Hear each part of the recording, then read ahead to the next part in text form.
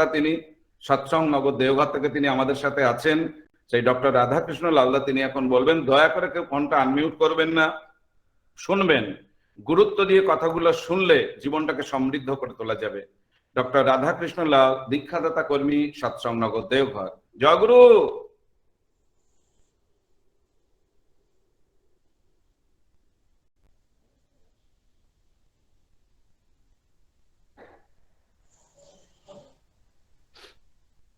জয়গুরু।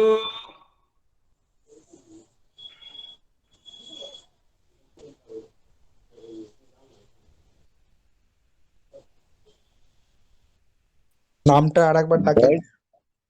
Joint করেনি বোধহয়। জয়গুরু। জয়গুরু doctor Radhakrishna লালদা। জয়গুরু। জয়গুরু। শোনা যাচ্ছে?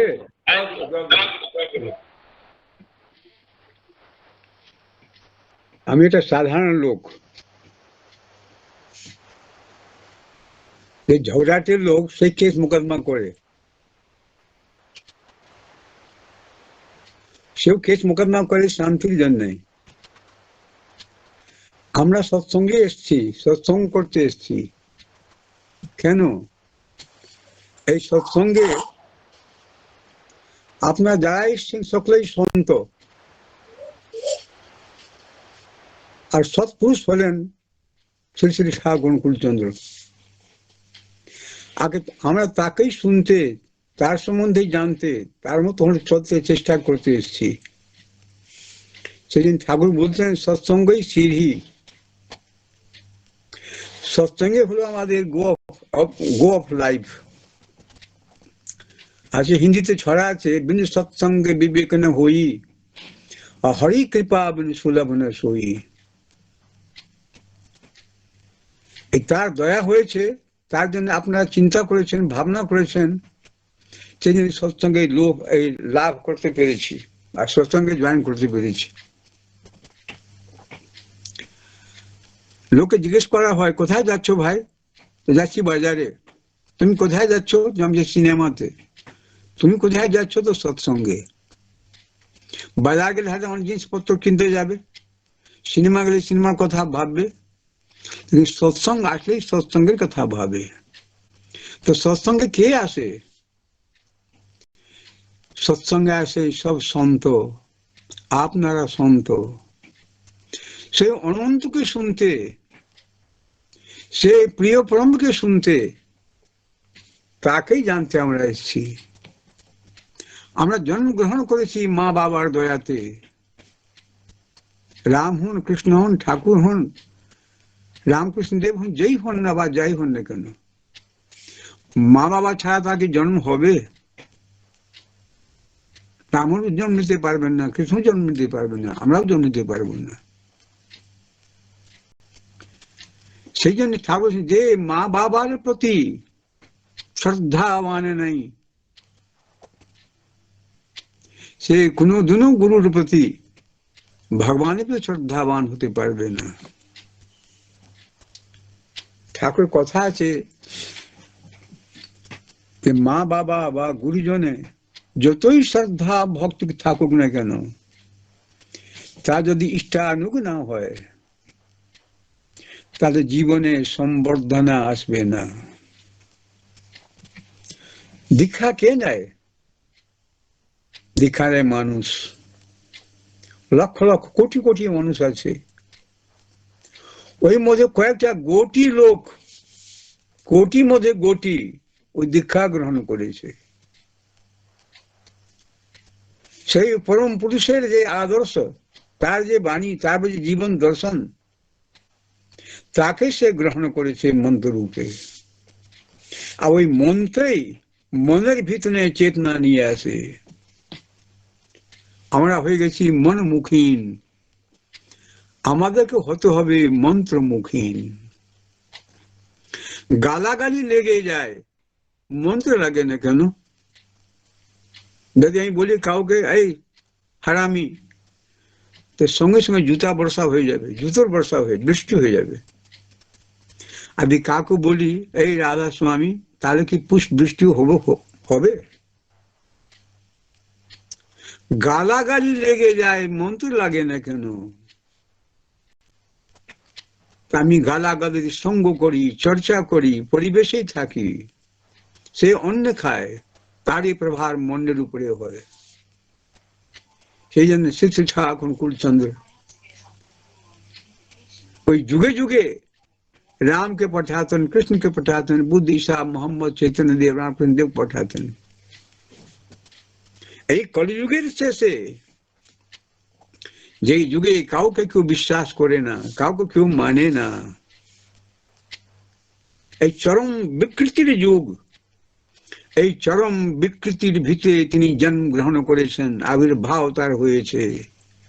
কিসের জন্য? যাতে সুকৃতি লোক আহরণ করতে পারে, সুকৃতি ভাবে লোক চলতে পারে। ঠাকুর তোর কাম, ক্রোধ, লোভ, মোহ, মায়া, মাসা যা আছে থাকুক, আমি ছাড়বো না। আমার ছাড়লে কি চলে যাবে? আমি তো অভ্যস্ত হয়ে পড়েছি ওই কাম, ক্রোধ, লোভ, মোহ, মায়া, মাসাজকে কলচর না করলে আমি থাকতে পারছি না। আমি এই জন্য আমরা বিকৃত হয়ে গেছি। আমাদেরকে সুকৃত করতে তিনি এসছেন। ওই ভিতরেই একটু ইষ্ট নাম করো, ইষ্ট চর্চা করো, সৎসঙ্গ করো, এই সিঁড়ি, এই তোমাকে হেভেনের দিকে নিয়ে যাবে।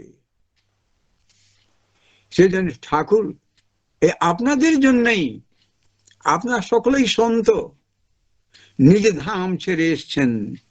সন্ত স্বরূপ ছোড়ে নিজ ধাম, ও নিজের ধাম ছেড়ে আপনাদের জন্যই এসছেন। আপনাদের মধ্যে তিনি বিরাজ করছেন। তিনি আপনার ভালো হন, মন্দ হন, যা হন, তিনি জানেন না। তিনি জানেন আপনারা ভালো। কেন? আপনি ভালো যদি না থাকতেন তো তার সৎ নাম পেতেন না, এই সৎসঙ্গের সুযোগ পেতেন না। মানুষ, হাজার হাজার মানুষ আছে,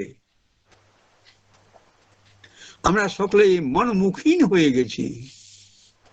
তাকে তিনি এসছেন ইষ্টমুখীন করে দিতে, গুরু মুখীন করে দিতে। ওই জন্যই গুরুর প্রয়োজন। গুরু কে করে? কোন গরু বাছার গাছপালাকে দেখা নেয়? এই কোর্ট কচারি কে যায়? ও শান্তি পাবার জন্য যায়। কি শান্তি? ওদের বাড়িতে, পরিবেশে যে অশান্তি হয়ে গেছে, একজন একজনকে মানতে পারছে না, ও যাচ্ছে কোর্টের আশ্রয় নিচ্ছে। ও সে কোর্ট ওকে বুঝিয়ে দেবে। সেই জন্য এই সৎসঙ্গ হলো জীবনের মহত্তম জিনিস। আপনারাই এই সৎযুগকে নিয়ে আসবেন, এই সৎসঙ্গী সৎযুগকে নিয়ে আসবে। এই পরে যে যুগ আসছে বা এসে গেছে, ওইটা হলো সৎযুগ। এই সৎযুগ আনতে গেলে বা সৎযুগ করতে গেলে হতে হবে সৎসঙ্গী। সতের সঙ্গ করতে হবে আমাকে। এই সতের মুক্তি প্রতীক হলেন পরম প্রেমময় শ্রী ঠাকুর কুলচন্দ্র। তিনি এই মানুষের কল্যাণের জন্য, তিনি জগৎত্রাতা এসেছেন, যে ত্রাণ দিতে তিনি এসছেন। ওই ত্রাণ পাবো কি করে? ওই ঘরে ঘরে তার কথা, তার বার্তা, তার জিনিস আমাকে পৌঁছে দিতে হবে। আচার আচরণের মধ্যে। একজন আমাকে বলছে, দাদা এখানকার লোকগুলো ভালো নেই। দাদা কি বললেন? এখানকার লোকগুলো ভালো নেই। দাদা আপনি জানেন না? না আমি জানি না। এখানকার লোক কেউ থাকে না। এরা কে? এরা সব সৎসঙ্গী। আপনি লোক খুঁজছেন, লোক তো কেউ নাই, সব সৎসঙ্গী। তো বলছে সৎসঙ্গী কি করে হওয়া যায়? ওই সৎসঙ্গী হতে গেলে লক্ষ জন্ম তপস্যা করতে হবে। আর কোনো উপায় আছে? তাড়াতাড়ি হোক। হ্যাঁ, উপায় আছে। ঠাকুর যদি দয়া করেন, আচার্যদেব যদি দয়া করেন, তো মুহূর্তের ভিতরে হয়ে যাবে। তো দীক্ষা নিয়েছে, দীক্ষা নেবার 4-5 দিন পরে বলছে, দাদা আমি কোনো ফল পাচ্ছি না। ও আপনি ফল চাচ্ছেন? এই ফল তো ঠেলাতে বিক্রি হয়, বাজারে বিক্রি হয়। এখানে 2 টাকা 4 টাকা দিলেই ফল পাবেন। এখানে ফল পাওয়া যায় না। এখানে কি পাওয়া যায়? এখানে পাওয়া যায় সুফল। এই সুফল পাওয়ার জন্য আপনাকে বীজ দেওয়া হয়েছে, সিড দেওয়া হয়েছে, ওই অরিজিন দেওয়া হয়েছে। সেই বীজকে লাগাতে হবে, তার গাছ হবে, পাতা হবে, তারপরে ফল হবে। সেই ফলে অনেক শান্তি পাবেন আপনি।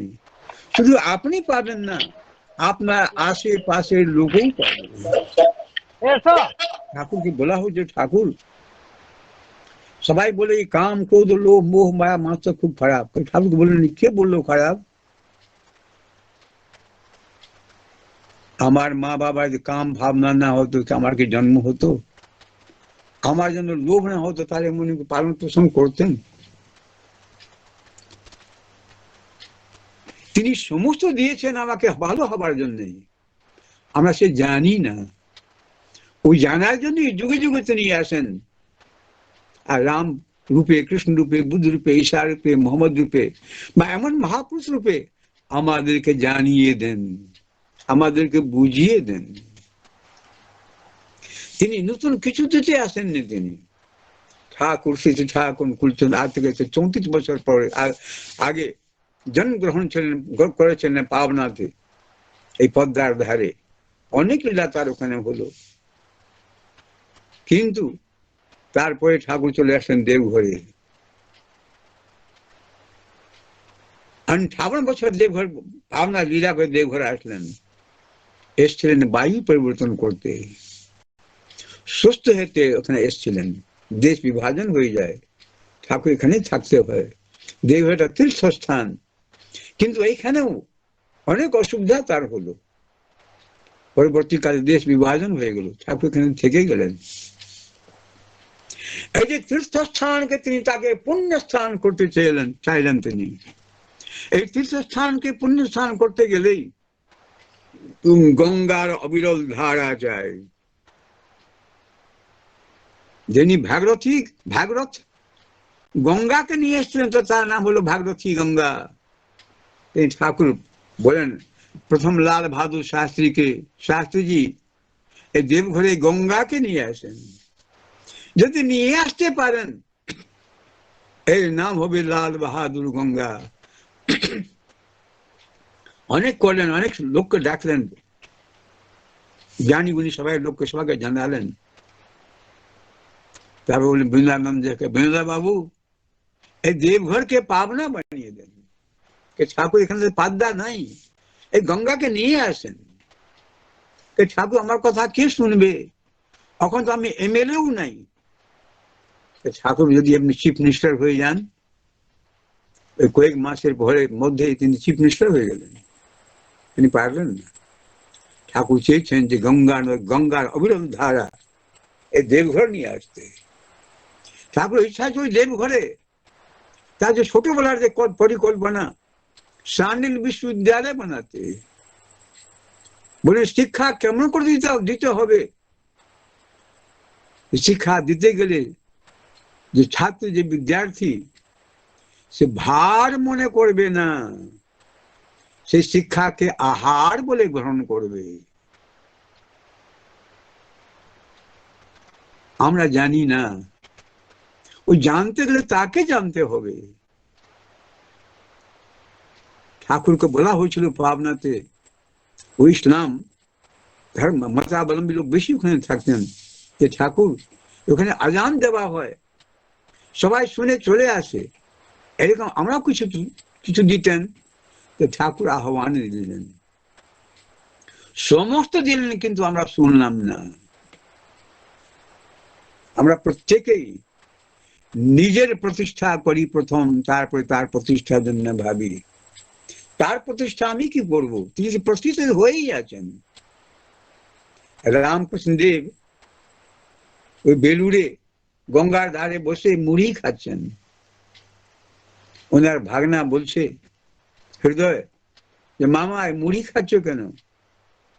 আজকে আদ্যার ওখানে বিরাট উৎসব আছে, বিভিন্ন ভাবে বিভিন্ন ধরনের রান্না বান্না হচ্ছে, তুমি যাবে না? না রে বাবা, আমি যাব না। কেন? ওখানে অনেক মানব আছে, আমি খেয়ে হজম করতে পারবো না, আমি মুড়ি খাই, আর মুড়িয়ে খাবো।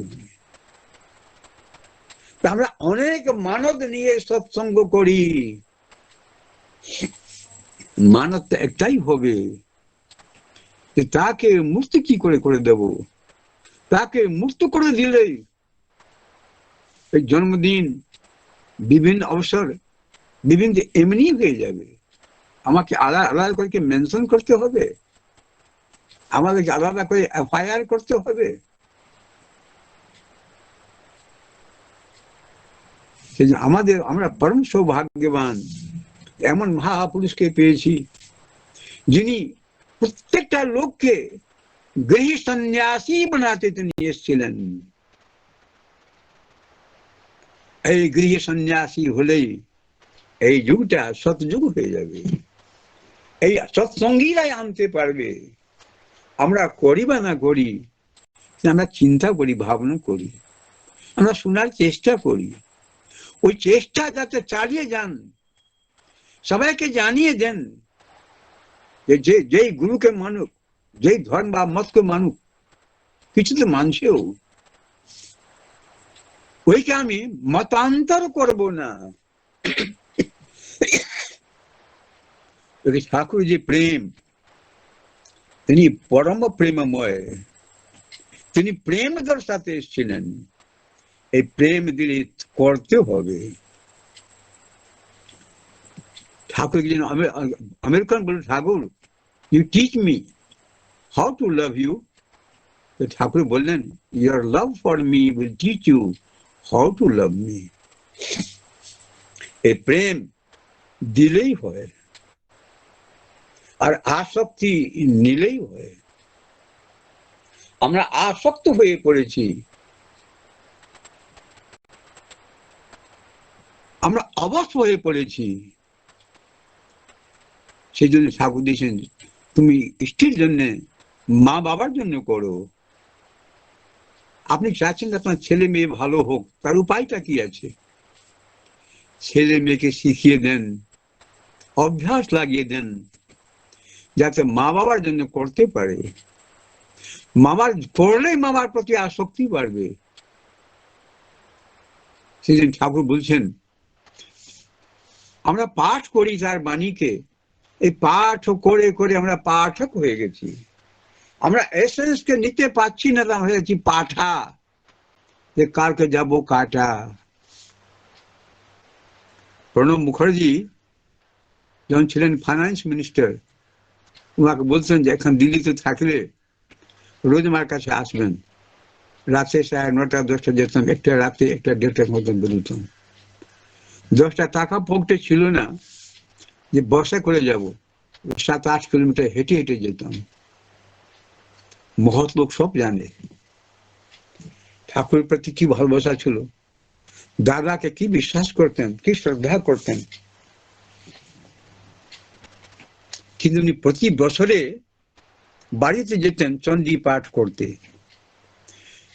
একদিন আমার সঙ্গে গিয়েছিলেন কেসি লঙ্কা, রেল মন্ত্রী ছিলেন আগে, উড়িষ্যার লোক। ওনার সঙ্গে কথা বলছি 1913-তে, 2013-তে।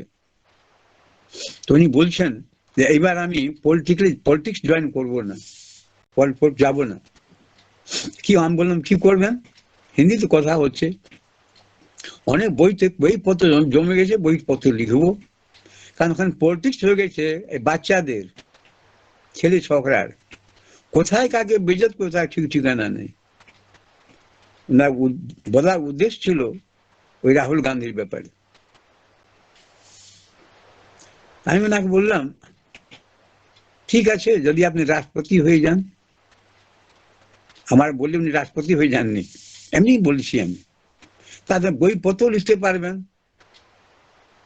আর কোনো অসুবিধাও হবে না, আপনার টাইমও পেতে পারবেন। যাই হোক, যে কোনো কারণে উনি রাষ্ট্রপতি হয়ে গেলেন। ওই কেসি লঙ্কা ওনাকে ধন্যবাদ দিতে গেছেন, খুঁজছেন যে লাল বাবু কোথায়, লাল সাহেব কোথায়, দেবঘরে আছেন। এবার এখানে আসলে আমার সঙ্গে দেখা করতে বলবেন। 1-1.5 বছর পরে রাষ্ট্রপতি হবার পরে আমি রাষ্ট্রপতি ভবনে গিয়েছি, ওনার চেম্বারে বসে আছি। 10-12 জন বিশিষ্ট বিশিষ্ট ওখানে বসে আছে। প্রণববাবু বললেন সব নিজে নিজে পরিচয় দেন, কেউ সেক্রেটারি, কেউ কমিশনার, কেউ ফেলনা, কেউ চেলনা আছে। আমার তো কোনো পরিচয় নাই। আমি বললাম যে আমার নাম রাধাকৃষ্ণ লাল, আমি দেবঘরে থাকি সৎসঙ্গে। তো উনি বললেন যে আপনি শাহরুখকে দেখেছেন? হ্যাঁ, 17 বছর তার সঙ্গ করেছি। আপনি কিছু বলেন, হিন্দিতে বলতে বলতেছেন। আমি বললাম আমার পাশে ছিলেন একজন লোক, তিনি ছিলেন চিফ কমিশনার ইনকাম ট্যাক্স। ওনার নাম এসে রাষ্ট্রপতির কাছে নাম এসছে, উনি হবেন সিবিডিটির চেয়ারম্যান, তার প্যানেল এসছে, আমার পাশেই ছিলেন। ওনাকে আমি আমাকে বলতে বলেছি, ওনাকে বলেছি আমি যে আপনার বিয়ে হয়েছে? এই শুনে প্রণব মুখার্জির মাথা নিচু হয়ে গেছে। এটা কি হলো? 17 বছর ঠাকুরের সঙ্গ করেছে, বিয়ে দিয়ে কি সম্পর্ক আছে? উনি বলছেন না কিছু। সব লোক অবাক হলো, এটা কি কথা হলো? ওই ভদ্র বলে হ্যাঁ আমার বিয়ে হয়েছে। ওনাকে বললাম ধরেন একটা সুন্দরী মেয়ে যদি এখানে আসে, সে আপনাকে গালাগালি দিতে কেমন লাগবে? আর প্রণব মুখার্জি মাথা নিচু হয়ে গেল, এটা কি হলো? আমি তো কোনো কারণেই বলছি, আমি উনি গালাগালি দিলে তাকে বকবো, মারবো। ঠিক আছে, আপনার গালাগালি দিল, আপনি মারতে যাচ্ছেন ওকে বা বকতে যাচ্ছেন। ওই মেয়েটা বললো আপনাকে আপনি আমাকে চিনেন না? আপনি বলছেন না আমি চিনি না। তা আপনার স্ত্রীর নাম নিয়ে বলছে ও আমি ওরই ছোট বোন, তখন কেমন লাগবে? সবাই হাসতে লাগলো। প্রণব মুখার্জি হেসে দেবেন। এটা কি হলো? আপনি কেন হাসলেন আপনারা? এখনো সালি হয়ে গেছে, গাড়িটা ভালো হয়ে গেছে। এই মেয়েটা যেন আপনার শালি, আপনার স্ত্রীর ছোট বোন, আপনি জানতেন না, তাহলে গালাগালি লেগে গেল। আর যে জেনে গেলেন গালাগালি নেমে গেল। যেমনি বিয়ে না হলে শ্বশুর বাড়ি হয় না, শালি হয় না, শ্বশুর হয় না, বউ হয় না, তেমনি যতই পাঠ করেন আপনি, এই পাঠ করে করে পাঠক হয়ে যাবেন, আপনি এসেন্স নিতে পারবেন না। কখন পর্যন্ত? যখন পর্যন্ত যেমনি বিয়ে না হলে শ্বশুর বাড়ি হয় না, শালি হয় না, বউ হয় না, তেমনি দীক্ষা না নিলে কিছুই বোঝা যাবে না। ওই পাঠ করে করে পাঠক হয়ে যাবেন, এসেন্সকে নিতে পারবেন না। প্রণব মুখার্জি বলছেন আমার কানটা আপনি খুলে দিলেন, মনটা আমরা খুলে দিলেন। দীক্ষা কেন নিই আমরা? দীক্ষা নিয়ে দক্ষ হবার জন্য। এই নানা ধরনের প্রশ্ন আছে, ওই প্রশ্নের সমাধান নিজে নিজে হয়ে যাবে। যতই নাম করবেন, যতই তার কথা বলবেন, যতই অপ্রতিষ্ঠিতের ভিতরে তাকে প্রতিষ্ঠিত করবেন, অভাবের ভিতরে যা তার ভাব সৃষ্টি করে দিবেন, লোক ভক্তিতে গদগদ হয়ে যাবে। ভক্তি মানে কি? ভক্তি মানে শক্তি। সেজন্য ঠাকুর বলেছেন যে মাতৃভক্তি অটুট যত, সেই ছেলে হয় কৃতি তত। আমরা যদি কৃতিবান হতে চাই, মার ভক্তি করতে হবে। কোন মা? কালী মা, দুর্গা মা, লক্ষ্মী মা, সরস্বতী মা নাই। যেই মা আমাকে জন্ম দিয়েছে সেই মা, সে যাই হোক বা তাই হোক। আমরা পাঠ করি সত্যানুসনকে যে প্রত্যেক মাই জগত জননী, প্রত্যেক মেয়ে আমার মার বিভিন্ন রূপ। আমরা কি থাকি মানি? মানি কেন না? পাঠ করতে করতে পাঠক হয়ে যাচ্ছি। ওই মানতে গেলে, মানলেই তাকে জানা হবে। ফার্স্ট লেট দেন নো। তাকে জানবো কেমন করে? যারা ভাগ্যবান, যারা ঠাকুর দর্শন করেছেন, তার সঙ্গ লাভ করেছেন। কিন্তু যারা ঠাকুরকে দর্শন লাভ করেননি, সঙ্গ লাভ করেননি, অস্থূল রূপে যাকে দেখেননি, তারা মহাভাগ্যবান। তার আচরণ করে যে আচার চলছেন, তার সঙ্গ লাভ করেছেন, তার সান্নিধ্যে যান, তার কথা শুনেন। সেদিন ঠাকুর বলছেন যে আমি থাকি বা না থাকি, তিনি তো আছে নেই, চিরদিনই থাকবেন তিনি, কিন্তু অস্থূল রূপে সে আচারই যে তাকে দেখবো আমি, তাকে খুশি করে চললে, তার ইচ্ছাকে পূরণ করলে সব হবে।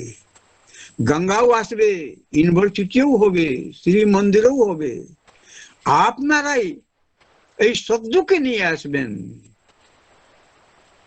এই সুস্থানী মানে কি? সুস্থ থাকার পথ, এই ভালো হবার পথ। আপনি ভালো হলে সংসার ভালো হবে, পরিবেশ ভালো হবে, পরিবার ভালো হবে। ঠাকুর বলছেন যে মাকে এবং স্ত্রীকে যত ভক্তি করবি তত শক্তি পাবি। এই জন্য ঠাকুর মাকে তো ভক্তি করা যায়, স্ত্রীকে কেমন করে ভক্তি করব? ঠাকুর বললেন পিতা এই পুত্র হয়ে জন্মগ্রহণ করে তুমি তোমার স্ত্রীর গর্ভে গর্ভে পুত্র পেয়ে জন্মগ্রহণ করো। তোমার স্ত্রী তোমার মায়ের মতো আমরা জানি না। এই আশা দেবের সঙ্গ লাভ করে দেখতে পারবেন। আশা দেবের কাছে যখন বড় বৌদি আসেন তখন লক্ষ্য করে দেখবেন তো কোথায় বসাবেন, কি সম্মান দেবেন আমরা জানি না। আমরা এই জানতে গেলে সৎসঙ্গের প্রয়োজন। এই সৎসঙ্গ করলে বিবেক হয়। আপনারা প্রত্যেকেই সন্ত। ঠাকুর কাছে প্রার্থনা জানায় আপনাদের কল্যাণ হোক, মঙ্গল হোক। ঠাকুর যা বলেছেন সমস্ত হবে। ভগবান কৃষ্ণ কোনো দিনও জগন্নাথ পুরী যাননি। আমি অনেক বই খুঁজেছি, অনেক ওখানকার বিদ্বৎ প্রসঙ্গকে জিজ্ঞেস করেছি। হয়তো তিনি সাক্ষী গোপাল গিয়েছিলেন, তাও ঠিক কথা নেই।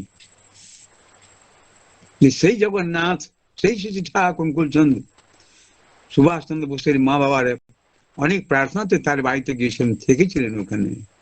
ঠাকুর ইচ্ছা ছিল যে বাড়িতে তিনি থেকেছিলেন ওখানে হরনাথ লজে সে নেবার জন্য। অনেক চেষ্টা করা হয়েছে, হয়নি।